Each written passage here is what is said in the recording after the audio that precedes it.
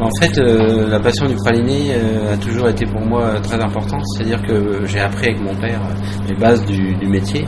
Et donc, c'est vraiment un des produits qui m'a enseigné.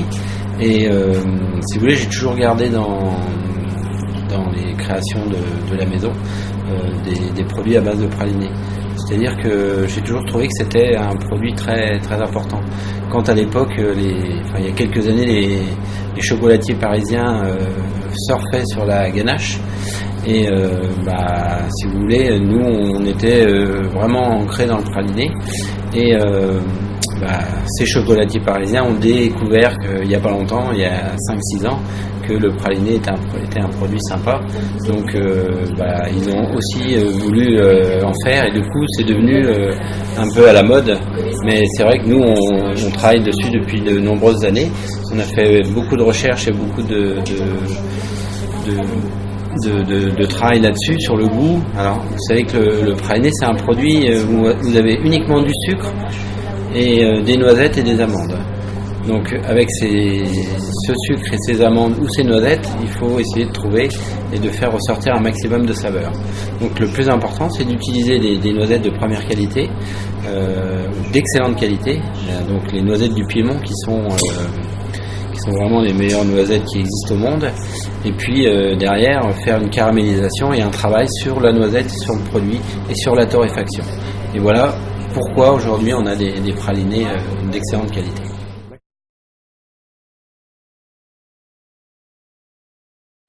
Si vous voulez, on dit toujours que quand on est amateur de chocolat, on dit si on est amateur de chocolat, on aime le chocolat noir. Et là, je suis totalement contre ça. Le meilleur chocolat, et d'ailleurs c'est notre slogan, c'est celui qu'on aime. Il y a des gens qui ont des palais plus sucrés, il y a des gens qui ont des palais plus amers. Et en fait, ce qui est important, c'est de se faire plaisir et de déguster les produits qu'on a envie.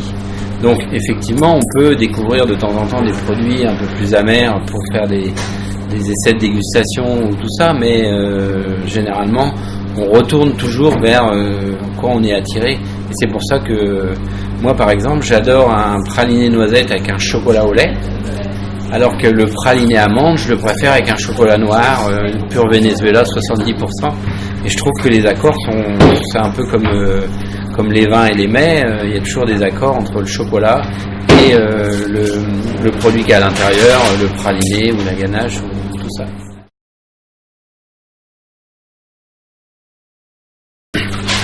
Si vous voulez, quand vous entendez parler les chocolatiers de partout, aussi bien les industriels, ils vous racontent qu'ils font des produits de qualité.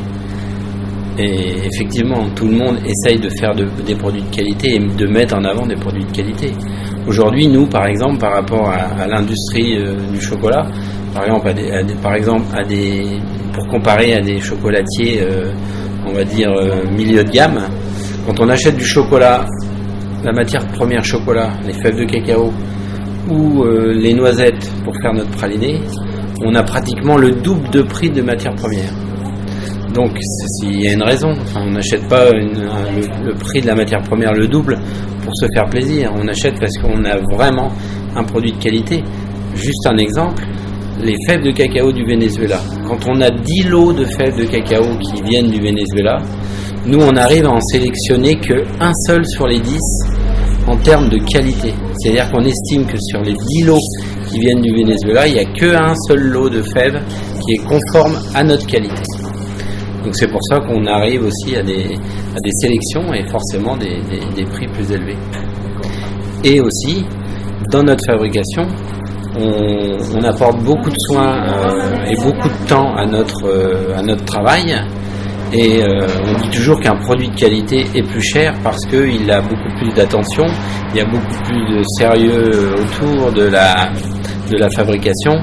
Et puis pour faire un praliné à l'ancienne comme on le fait, il faut par exemple à peu près 40 minutes pour faire 25 kilos, alors qu'un industriel il va mettre 15 minutes pour en faire 25 kilos. Donc c'est toute une histoire de temps, de main d'œuvre et puis de qualité effectivement de la matière première.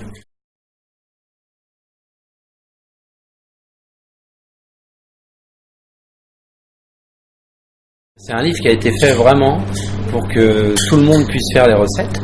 Donc vous avez effectivement à la fin du livre des recettes un peu plus compliquées, parce qu'aujourd'hui il y a des amateurs qui sont très initiés et qui se lancent dans des recettes compliquées. Alors compliqué, ça veut dire où on va y passer soit une bonne après-midi complète ou même une journée pour faire un gâteau. Mais vous avez beaucoup de recettes aussi qui peuvent se faire assez rapidement et puis avec des temps normaux de fabrication de pâtisserie. Après, la pâtisserie et la chocolaterie, de toute façon, quand on fait des gâteaux à la maison ou des recettes de chocolat, il y a toujours un temps quand même assez important pour les réaliser. Mais bon, on a des recettes qui sont entre 30 et 1h30, donc c'est vraiment très abordable. Et en plus, on a fait très attention à la rédaction des recettes avec en ayant soin de se mettre à la place du lecteur et à la place du novice qui ne saurait pas faire des recettes professionnelles, avec des mots qu'il va comprendre et puis des techniques qu'il est capable de comprendre rapidement.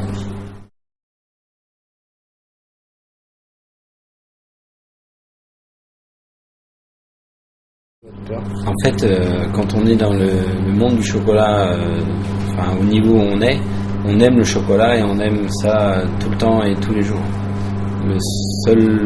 La seule chose, c'est que faut quand même faire attention.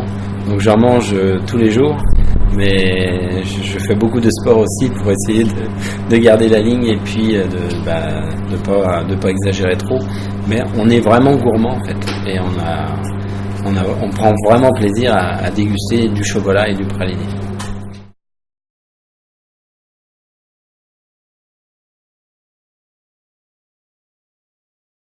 En fait, on a des métiers où la transmission est hyper importante, c'est-à-dire l'avenir de l'entreprise, c'est avant tout la transmission des recettes, des techniques de travail, du savoir-faire.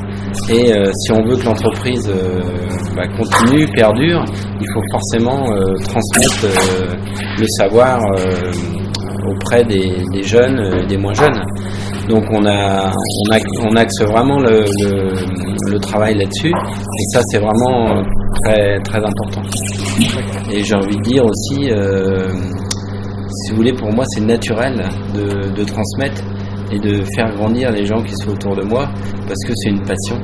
Et si vous voulez, on passe quand même une journée complète avec les gens avec qui on travaille, et si on peut leur apporter du plaisir et puis surtout qu'ils se sentent bien au travail, on essaye de faire évoluer l'entreprise en apportant du confort de travail et puis en motivant les gens, en les faisant grandir, en les rendant responsables et en les faisant prendre des responsabilités et puis pour qu'ils s'épanouissent dans leur métier, dans l'entreprise.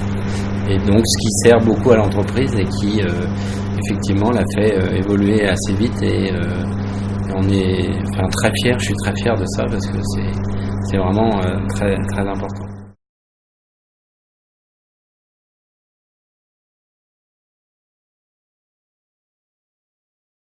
En fait, les concours, c'est un laboratoire de recherche. C'est-à-dire qu'on se creuse la tête sur des créations et qui nous servent bien sûr à ensuite proposer aux clients. Et donc on fait tellement de recherche sur un produit, comme par exemple un entremets ou un chocolat, on fait tellement de recherche sur ce produit que on en fait un produit excellent. Et donc si on peut le faire profiter à nos clients, et c'est vraiment et puis c'est la compétition, c'est le challenge, c'est l'adrénaline des concours. Et puis c'est de mettre en avant le trophée Pascal Café par exemple est fait pour mettre en avant des jeunes chocolatiers, jeunes ou moins jeunes. Donc ça fait ce concours, cette année c'est la 17e édition, et c'est vraiment le but de parler du métier et de faire la promotion du métier de chocolatier. On est en tant que Meilleur Rouet de France ambassadeur du métier de pâtissier, de chocolatier, et c'est quand même un devoir de promouvoir mon métier.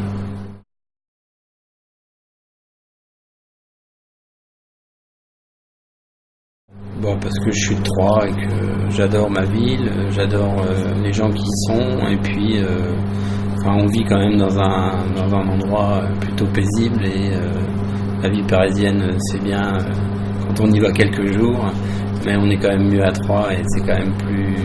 Enfin, faut jamais oublier la vie personnelle qui reste quand même la priorité de la vie en général.